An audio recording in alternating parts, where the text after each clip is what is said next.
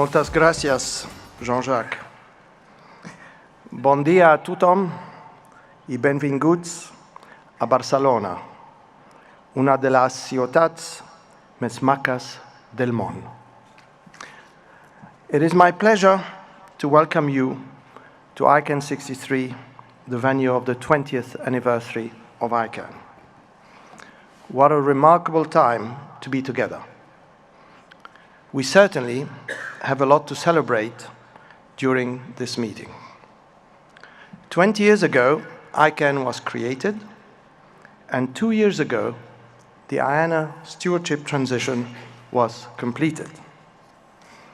A lot has been accomplished in the last 2 decades, and there is still much more to do.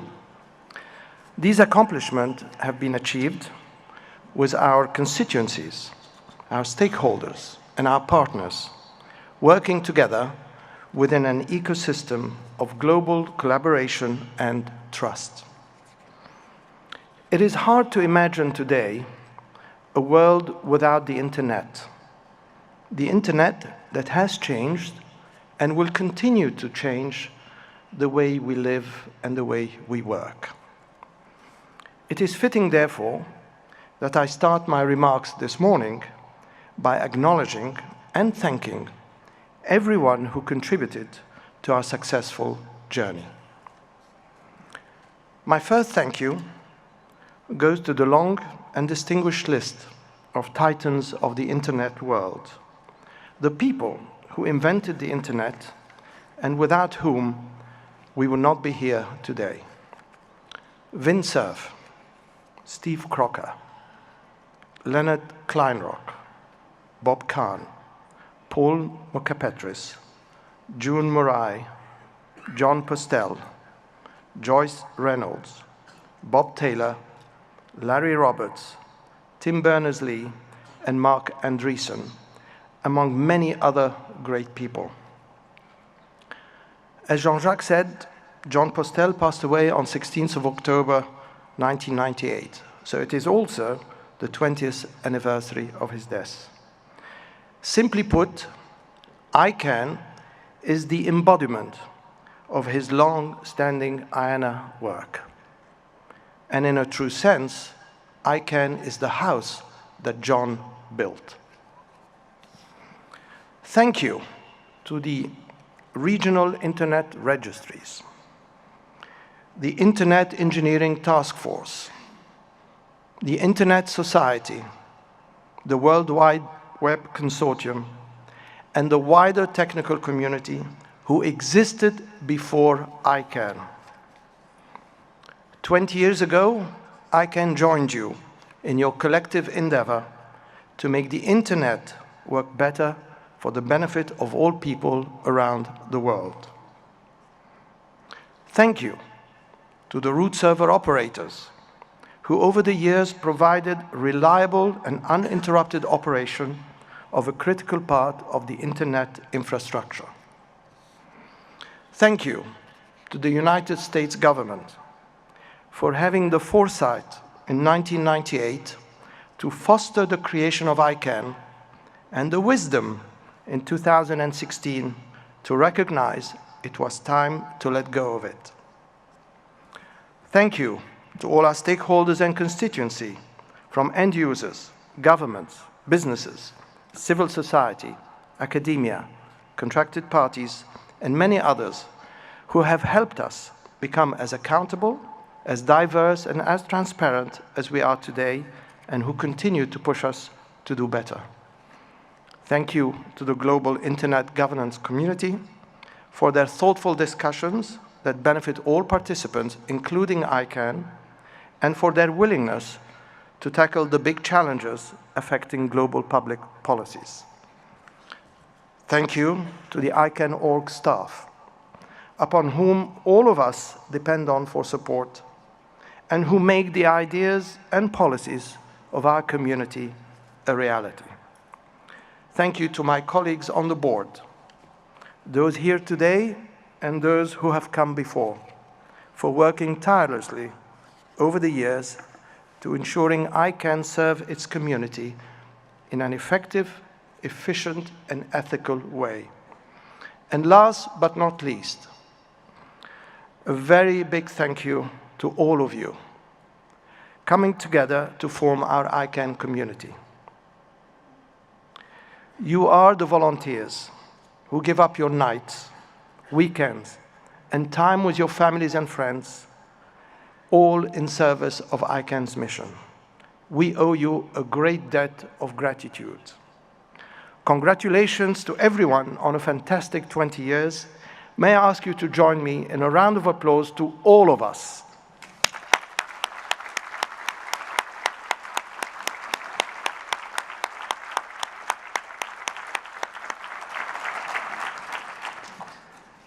And now it's time to get down to business. 7 months ago, at ICANN61 in Puerto Rico, we discussed ICANN's future. In particular, our next strategic plan, our financial direction, and our multi-stakeholder model of governance. Today, I wish to give you an update on the progress we have made in those 3 areas and what we can look forward to in the coming month.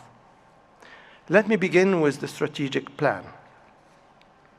In Puerto Rico, we said that the time had come to work on ICANN's next 5-year strategic plan for the period 2021 to 2025, and that this new plan will consist of 3 parts: our vision, our mission, and our strategic objectives. We started by identifying and understanding the key trends, both internal and external, on which ICANN's future depends. And the board suggested for community consideration a preliminary list of 10 trends. Since Puerto Rico, we have collectively spent more than 700 man-hours working on the strategic plan. This includes many sessions with our community in which hundreds of community members participated. The board, with the support of ICANN.org, also held meetings in which it reviewed the many trends identified by the community. Unsurprisingly, there were significant similarities that naturally converge into 5 primary trends. I would like to thank everyone who contributed to this work, and here are the top 5 trends. On security, you, our community, articulated the trend that would have an impact on ICANN's future as follows. The exponential growth in security issues is challenging the stability of the domain name system and the root server system, as well as ICANN's ability to finance increasing investments required to ensure continued stability. So that's the first trend. On governance, you said, our multi-stakeholder model of governance, which grew to fit ICANN's needs, has the potential of becoming less effective and more expensive as it matures and scales up to respond to the increasing needs of our community. On the unique identifier systems, you said, the rapid evolution of new technologies requires ICANN to be responsive to these changes and ensure that the unique identifier systems evolves and continue to serve the global internet user base. On geopolitics, you said, the growing importance of the internet across all sectors increases the possibility of governments intervening to gain control over the DNS through legislation and regulation. At the same time, there is an increasing risk of internet fragmentation as a result of geopolitical, technical, and organizational pressures. And finally, on the 5th trend, financials, you said, consolidation in the marketplace, continued uncertainty surrounding the expansion of the GTLD namespace, as well as other market forces, are putting pressure on ICANN's ability to support the growing needs and demands of its global community. These trends represent challenges, but also opportunities for ICANN to shape its future. This is still work in progress, and here in Barcelona, we look forward to consulting with our community. After receiving your input, the board will continue integrating the plan. In that plan, ICANN's mission, as stated in our bylaws, will remain unchanged. However, the draft plan will propose a new vision statement for community consideration. The community, ICANN.org, and the board have together achieved many of the themes captured in the current vision statement, such as becoming independent and becoming a global organization. The board therefore proposes that the current vision statement should evolve in view of the challenges ICANN faces in the future. Our community now has an opportunity to coalesce around a new vision, a vision that will evoke a renewed sense of purpose while remaining within and true to our mission.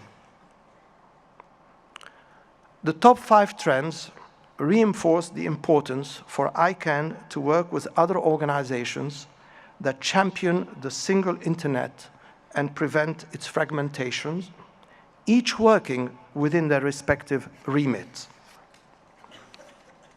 Accordingly, the board proposes for your consideration an overarching new vision for ICANN to champion the single, open, and globally interoperable internet, and to be the trusted steward of its unique identifiers. We plan to publish the draft of the strategic plan for your review and consultation by the latest December 2018. We need your participation, feedback, and input during that public comment period to ensure that we develop together is a plan that will set ICANN on the right course for years ahead.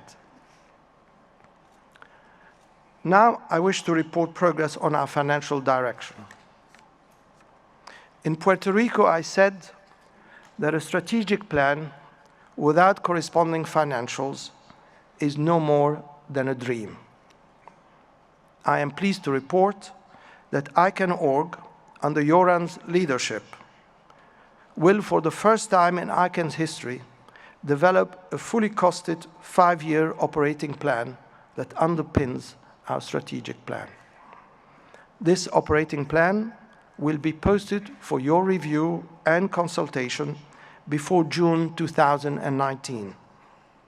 It will not only show how, but also at what cost we will implement our new chosen strategy. In Puerto Rico, we also said that we must start as early as possible to manage our expenses more carefully and to become more prudent and selective in our spending. I'm pleased to report that together we were able to end FY18 with expenses 10% under budget, therefore offsetting the shortfall in funding. This was achieved by limiting staff growth and by improving operational efficiency, without having any impact on our ability to fulfill our mission. In FY18, ICANN.org were also able to make a new contribution of $3 million to the reserve fund, in addition to the $5 million contributed in FY17. In total, therefore, ICANN.org contributed $8 million over the past 2 financial years, furthering a collectively agreed goal to replenish the reserve fund towards its target minimum level of 12 months of operating expenses. Furthermore, Cherine is leading a process to move us into a 2-year budgeting cycle. This would allow for budget development process that provides time for more in-depth community discussions and increased transparency. Cherine will have a draft proposal for community review and consultation by December 2018. Turning to our governance model. In Puerto Rico, we said we will work on evolving our model in a manner that balances the increasing needs of inclusivity, accountability, and transparency, while at the same time ensuring that our work gets done, our policies get developed in an effective and timely manner. There is no doubt that we stand a better chance of achieving this balance if we give priority to what we collectively need instead of what we individually want. We must also answer the question, what does our bottom-up decision-making process truly mean, especially in a mission-critical operational setting such as the one we are responsible for?